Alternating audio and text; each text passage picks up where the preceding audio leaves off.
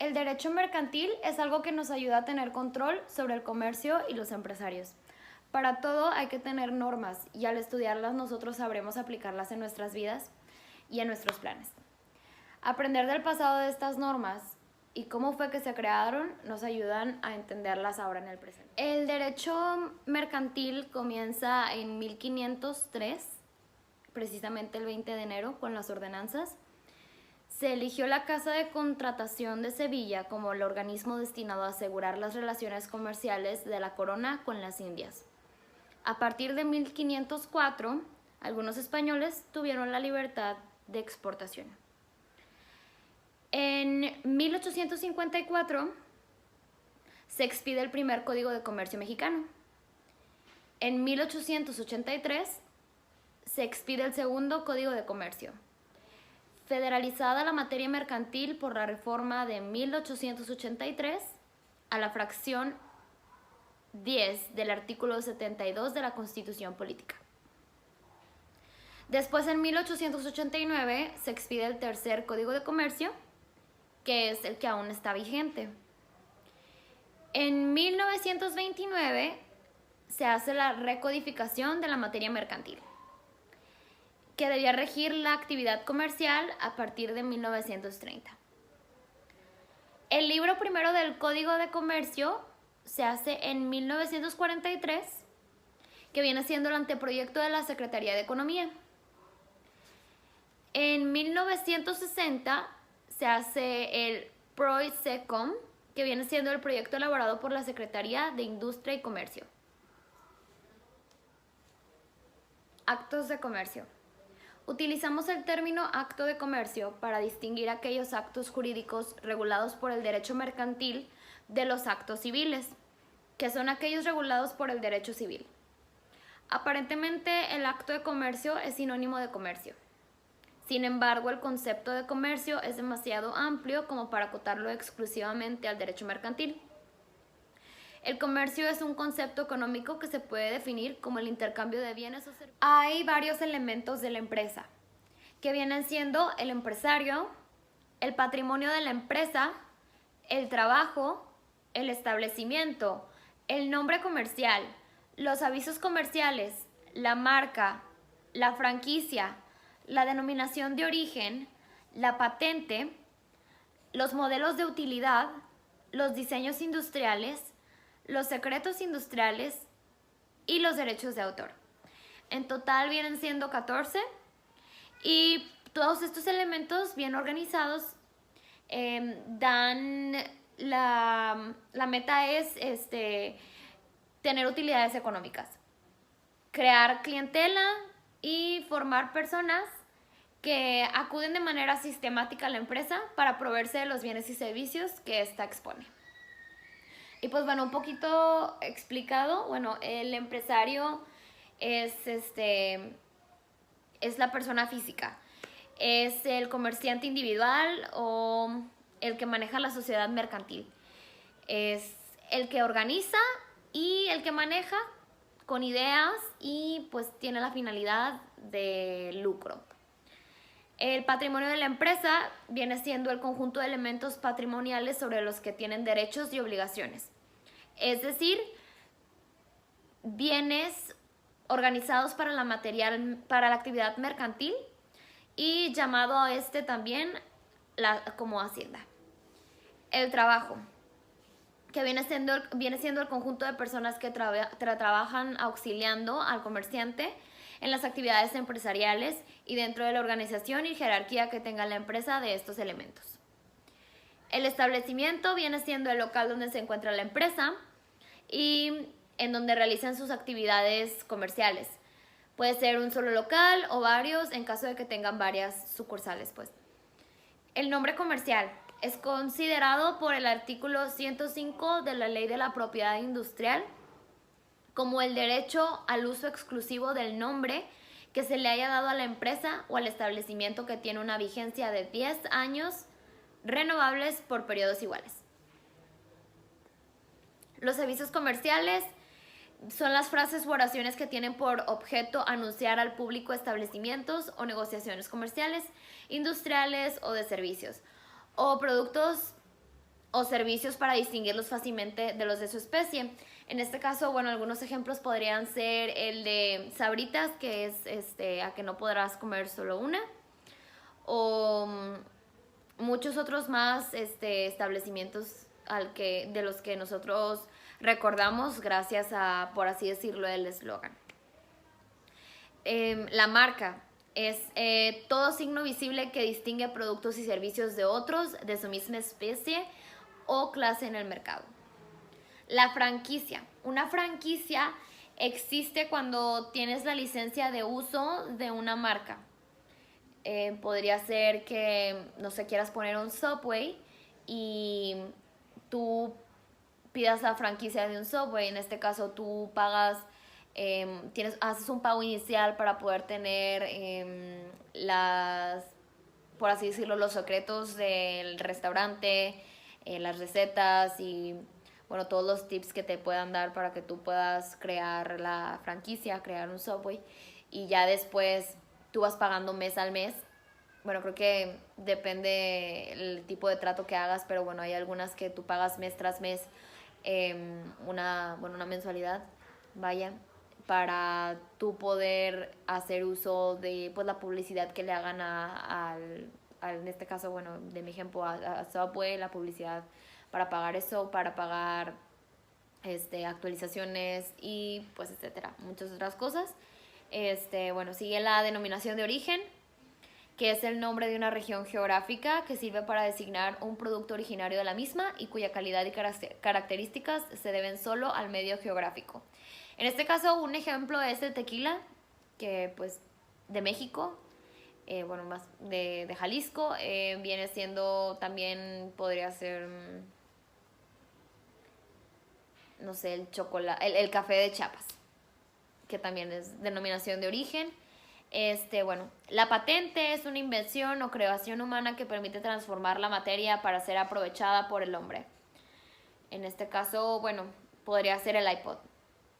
De los modelos de utilidad, son aparatos o herramientas que son modificados en su composición de estructura o forma y presentan una función diferente o ventajas respecto a su utilidad. Después tenemos los diseños industriales, que son dibujos y modelos industriales que son nuevos y susceptibles de la aplicación industrial. Tenemos los secretos industriales, que viene siendo la información de aplicación industrial que guarda toda persona física o moral con carácter confidencial. Implica una ventaja competitiva frente a terceros. En este caso, un ejemplo podría ser el ingrediente secreto o los ingredientes secretos de Coca-Cola, ya que pues nadie en realidad sabe cuál es, y que bueno, hace que la Coca-Cola sea mucho más rica que cualquier otro refresco. Después tenemos los derechos de autor, que es el reconocimiento que hace el Estado a favor de todo creador de obras literarias y artísticas. Bueno, pues cuando, no sé, un escritor le compone una canción a algún artista, algún cantante, pues tiene que cobrar sus regalías, por así decirlo. Y pues esto también pasa con los libros, y muchas otras cosas más. Algunas de las diferencias que tienen el derecho civil del derecho mercantil viene siendo que el derecho civil tiene como materia fundamental de estudio los derechos y obligaciones de la persona desde su nacimiento hasta su muerte. Y bueno, el derecho mercantil únicamente regula una parte de la actividad humana, que viene siendo la actividad profesional del comerciante. El derecho civil es un derecho común y pues el derecho mercantil, en cambio, es un derecho especial. El derecho civil regula la vida y la muerte. Ejemplo es la sucesión hereditaria. Y el derecho mercantil regula únicamente la vida. En la contratación civil no se necesita tener ningún tipo de profesión para poder llevar a cabo dichos contratos. Y en el contrato mercantil es indispensable que por lo menos una de las partes sea comerciante. En el derecho civil, los negocios jurídicos pueden ser lucrativos o de forma gratuita. En el derecho mercantil, todos los negocios que se den son eminentemente lucrativos. En el derecho civil, toda asociación que se crea deberá ser inscrita en el registro civil. En el mercantil, toda sociedad que se crea deberá ser inscrita en el registro mercantil, o bien hay 3 fuentes del derecho, son las fuentes formales, las fuentes reales y las fuentes históricas. Y bueno, una fuente formal es el conjunto de procesos de creación de las normas jurídicas. Las fuentes reales son los factores y elementos que determinan el contenido de las normas jurídicas. Y las fuentes históricas son las legislaciones que muestran la situación legal de los pueblos antiguos y pues la evolución del derecho. Las características de las fuentes formales es que son consideradas las más importantes. El procedimiento de carácter formal es conocido como el proceso legislativo. Su fuente por excelencia es la legislación mercantil y se aplica en toda la República y está constituida en primer lugar por el Código de Comercio. Algunos ejemplos pues son la ley, la costumbre y los usos mercantiles. Esos son fuentes formales. Y bueno, las fuentes reales, algunos de los autores le denominan como las fuentes materiales. Comprenden todas las condiciones de vida que vive una sociedad, problemática económica, política y social, su religión, sus costumbres, tradiciones, moral, cultura, idioma, clima, etcétera, muchos otros factores. Algunos ejemplos son la doctrina y las leyes extranjeras. Y esos son fuentes reales. Y las fuentes históricas son constituidas por el Seminario Judicial de la Federación y el Poder Judicial. Y bueno, la situación legal de las civilizaciones antiguas y las figuras jurídicas que aún no tienen gran influencia, vendrían siendo esas. Y bueno, algunos ejemplos son las revistas de derecho privado y el Código de Napoleón. Pues el derecho que utilizamos día a día desde hace muchos años, lo necesitamos para poder vivir en paz. Necesitamos reglas que nos regulen y nos hagan vivir en una comunidad unida y una comunidad sana. Y pues bueno, se toman en cuenta muchas cuestiones para el derecho, las fuentes formales, las fuentes reales, históricas también. Lo que yo veo que tienen que ver los temas que hemos visto este mes con mi carrera profesional, que viene siendo finanzas.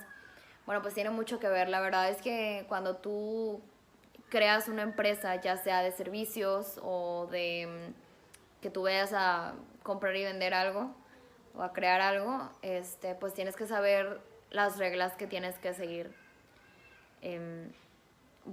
Pues el derecho mercantil es algo que nos va a enseñar las normas que tenemos que seguir, y bueno, también junto con el marco legal de los negocios, que es otra materia que justamente también estoy llevando y que es muy similar a esta.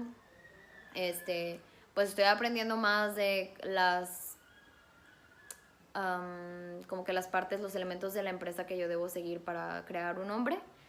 Es importante saber que para todo hay algo de papeleo que hacer en México, y bueno, yo creo que pues también en todo el mundo, pero creo que es más burocrático aquí. Pues el simple hecho de ponerle el nombre a la empresa, el simple hecho también de que, el eslogan que vayas a utilizar, también tienes que tener permisos, tienes que renovarlo, tienes que ver que todos los demás elementos estén permitidos, estén bajo la ley.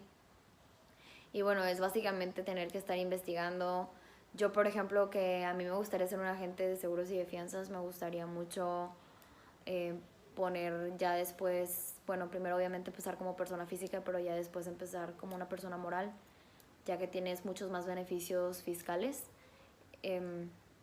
Pues sí, necesito obviamente saber mucho del derecho mercantil, ya que tengo que empezar, sería una empresa. Entonces, tenemos mucho que aprender del derecho mercantil, porque al momento de nosotros querer ser comerciantes o simplemente pues tenemos que saber de ello, porque es cultura general, pues es una situación que se vive día a día en nuestro país y debemos al menos conocer las cosas básicas de la materia. Gracias.